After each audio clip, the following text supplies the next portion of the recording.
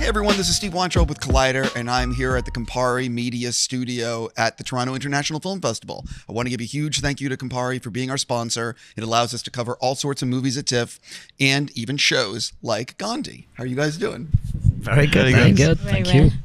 So I really want to start with congratulations. I've seen the first episode of your series, and it seems like it's going to be this epic story about Gandhi. And I hate doing this, but there's going to be a lot of people in America who actually aren't familiar with Gandhi and don't know his importance in India and what he's done. So I hate saying this, but who wants to talk about Gandhi and what he meant, who he was, and his importance in the world? Who better to talk about it? So Gandhi is the father of the nation for India. He got freedom for India and Indians. The most famous Indian of all times, all over the world. And the incredible person who actually led all his life with a lot of experiments, failed multiple times, said multiple things, and then he could become Mahatma, the great person that he was. So yes, Gandhi, I guess, the way I personally feel is that he was just not a person. He was a thought process in himself. He was a spirit that I guess a part of it is still there in each Indian.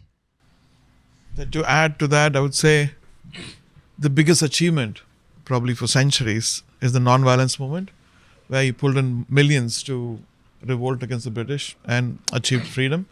Because the world, I thought, will evolve after that. It went only back, became primal, killing each other. So I still feel that's one of the biggest achievement, unparalleled.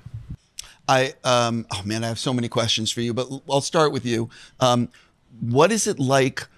First of all, what was it like landing this role? Because I would imagine that this is something that when you get told you'll be playing Gandhi, it is both amazing and exciting and also holy F, I'm going to be playing Gandhi and I could be playing him for multiple seasons and the whole country might be watching this. So what's going through your head when you were cast? So before I answer this, let me tell you my whole name. My name is Pratik Gandhi.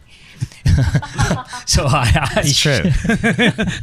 I share the same surname of Mahatma Gandhi. I figured that's why you got cast. Go on. But I mean, there is no connection that way, apart from the fact that he's father of the nation and I'm child of the nation. So it was a huge responsibility. We all have seen Gandhi, the film made by Sir Edinburgh, and that's the only film on Gandhi that we all have seen since our childhood. That's the first ever memory of watching Gandhi on screen. And that's it. But the Gandhi that we have seen was Mahatma Gandhi, a different age group, when he achieved a lot of things, when he decided his path in life. And he already started a freedom struggle for India. The Gandhi that we are talking about, the series it's going to be a 3-part series, and we are talking about the first season right now, which has 8 episodes in it. And this Gandhi is young Mohandas Gandhi, who is an 18-year-old boy with different dreams, like all of us had at that age. He decided to become prime minister of his state, like his father was. And to do that, he had to go to London to become a barrister. He could not practice law when he came back. He failed multiple times. All these things are known to the world. What was not known to the world was, and that's the interesting part that I chose to explore as an actor, is what was happening inside his brain and his heart when he was doing all these things. That area was completely open for interpretation. So I did not take that pressure and I converted that into excitement to create the character, and that's how I could sail through easily. Otherwise, that pressure was very bad. I couldn't have started working on it if I would have taken that pressure, I think. Tom, talk a little bit about the character that you play and what was it about this material that said, oh, I want to be a part of this? Well, just to echo from what you were saying there, I think we all grew up knowing Gandhi's name, and we all know Mahatma Gandhi as the sort of the end result. We don't know anything about, I didn't know anything about his teenage years and his early struggles.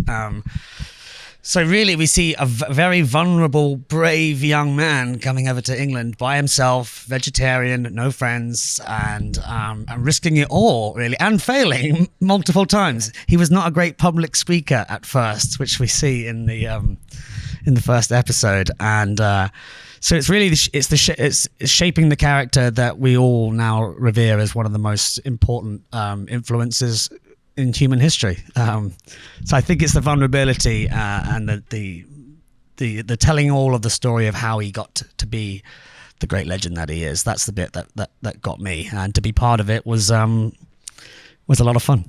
You guys have some great scenes in the first episode, and talk a little bit about the fact that the Vegetarian Society, and the fact that that is such a huge part of his life, and how revolutionary it was in London at the time. Yes, I mean, vegetarianism was more or less not heard of in England at that time. But Oldfield, my character, he started the Vegetarian Society, which caught Gandhi's eye in the newspaper, was it? No, it's... it's through one of the vegetarian restaurants that he visited, and he was reading a book.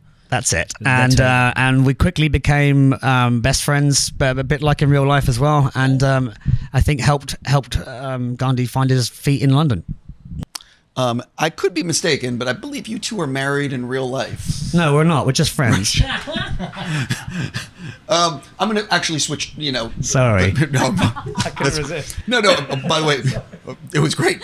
But you guys are married in real life, and you play a married couple on the show. That's right. So talk a little bit about that, because it's very unusual to be able to pull this off. To be honest, this was the opportunity to actually do the quarreling officially on screen. Well, this was really a dream come true thing for us. We were really hoping and wishing and praying that we get some good prominent characters to work together on screen. And this was the best thing that came across. This is some a huge important characters that we are playing. And we're just loving every bit of it. So Bhamini is senior to me on stage. Her theatre journey started way before I started in professional world in Mumbai, in India.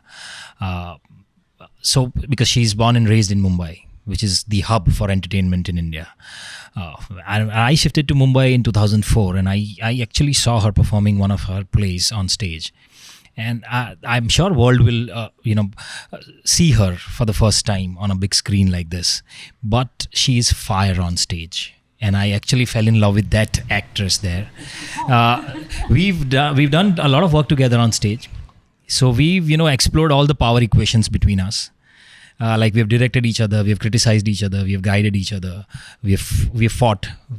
So all those things. We already talked about that. Yeah. And so that whole experience actually helped us create this character so easily, effortlessly, and naturally. At least for us, and I hope it is translated that way for the audience also. But so this was actually a dream. We were waiting for a good script where we will get to work together once, and we never had any idea that it will be Gandhi. Well, talk a little bit about, for the two of you, you're obviously able to rehearse at home. So what was it like during the shoot? Because you are together, during the day, you're together at night. Like what is that like as actors when you're preparing for the next day and you're together all the time?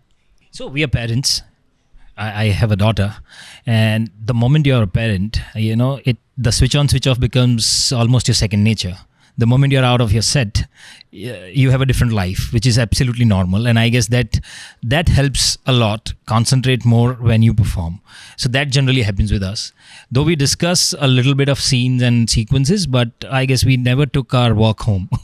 No. And also on the set, when we were doing scenes, like rehearsing and doing our lines before the scene would come really naturally how we would do it to all the other actors, because that is what the process, right? You rehearse and then you go on set in front of camera so you don't fumble and you're in the zone. So that we did very organically, like how all other actors. Without any hesitation, we could actually point at each other's fault. This is wrong. You get the tone right. Don't get personal. I obviously need to ask you, what was it? I really enjoy your work as a composer, and I'm curious, was it, when you were approached for this, was it an immediate yes? Was there any sort of hesitation? And what is it like trying to come up with the music for something that you know so many people are going to want to watch and hear? Yes, my record is like, I did a huge song called Maa Tujhe Salam, which is like a national song. It's become like an anthem. So, and actually my first movie had something called Bharat Humko, about the nation. So from then I used to get all the patriotic projects. And after a while I said, enough. I've done all the patriotic freedom fighter stuff, and then enough. I want to do something, maybe horror. So at that point of time, Gandhi comes in, Hansal Mehta comes in, and I said, okay, but new director, he knows music, and it'll be interesting to work with him. So I had a gig in Mysore, and I finished the gig. The adrenaline didn't calm down, so I said, okay, let me watch a couple of episodes from Gandhi. I watched and I was blown away because of the story. And a part of story of Gandhi which I never knew. I never took interest in reading. So the way he executed, and I said, oh my God, the possibilities are endless here. The possibility of doing something which is probably original, retaining the Indianness of it, and also presenting it to the world. So then it's easy to say some things than doing it. And I was going through separation and all this stuff. So I wanted to have an Indian melody with a Western harmony in it. And then I wanted to use African instruments, and I wanted to use Gujarati folk. So a little bit of research went into it. And then I called the director one day, and then I presented him like suites of like 5 different ideas. He almost picked everything. He said, I'll use it here. And I said, sit down and I said, no, it's your job. You do it. And like, unlike other directors, we're like, come on, let's go. This should be here. He said, no, I trust you. You do whatever you want. And so that's amazing to work with somebody like that who trusts you. How much music did you actually write for the first season? I'm still writing. I finished 4 episodes, the 5th, 6th, 7th, 8th. I mean, pockets of it is done. And I'm going to go back and finish all this stuff. There's a song for her in that. I mean, I don't want to give away. I really want to say something. He's a huge gift on the show. Oh, yes. This is a big honor to sit here and you having doing the music for us. It's amazing. Oh no, it's a huge deal. And also, like, the thing about it is, even though it's Gandhi and all these people are going to watch it, when you have someone of your stature doing the music, you now also attract your fans that might not be familiar with Gandhi, who are like, I now want to see and hear what your contributions are. Yes, I'm nervous. So no pressure. No pressure. No, I think what happens is something so phenomenal like this, subject like this, and with such a great cast and a team, the trust on you is much more. So I'm going back, rescoring elements, adding stuff. Even the second episode, I want to do some changes in it. So I told Hansal today, I want to rescore this one. He said, whatever you want to do, but give it to me in time. No, when does it actually come out for people? I don't actually know when it comes out. We also don't know. Oh, so it's still, and you premiered what, the first episode, 2 episodes? 2 here? episodes. So was the premiere yesterday, today? Yesterday morning. So what was it like watching it with a huge audience? I can't imagine the experience. None of them got up and went. So like Hansal said, everybody likes it. It's true though. If people aren't standing up, then some you're people good. just get up and go. Yeah. They did stand up at the end for an ovation for this chat. Yeah. Oh, it's amazing. I'm almost out of time, and I apologize, but I do have to ask Tom an individual question. I think it's amazing that you're playing your hair like Draco on stage again. I'm butchering all the names. On Broad. What is this like to be re-portraying a character from your youth? Very surprising. Yeah, I thought I put Draco's shoes to bed, but they are coming back on. And first time doing it on stage. I feel like it's a surreal dream, much like probably when you got the phone call to play Gandhi. Not to compare the two at all, but I'm very excited, and I'm sure I'm going to have to learn a lot quickly.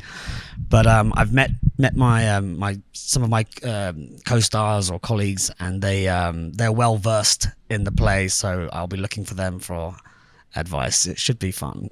Well, it's really amazing, and I think like for Harry Potter fans, I can't. You know what I mean? I did call them up every morning for a week saying, "Are you I keep thinking this is some sort of elaborate prank that someone's going to jump out and say that I'm being punked. But so far, not to be the case. So yeah, I'm very excited. I honestly would love to see you. Can I say, will I see you there? Yeah, there is the possibility. right, I saw the 2-part version in London, and was blown away by what they performed on stage in terms of the.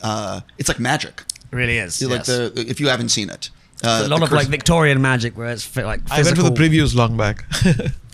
So you saw it? I saw the previews, like it's crazy. 3-4 years back. Yeah, it's insane what they do on stage. One last one, if you don't mind. They are obviously filming right now a Harry Potter TV series. Yes. Is it the kind? Are you looking forward to watching it, or is it something that you're sort of like?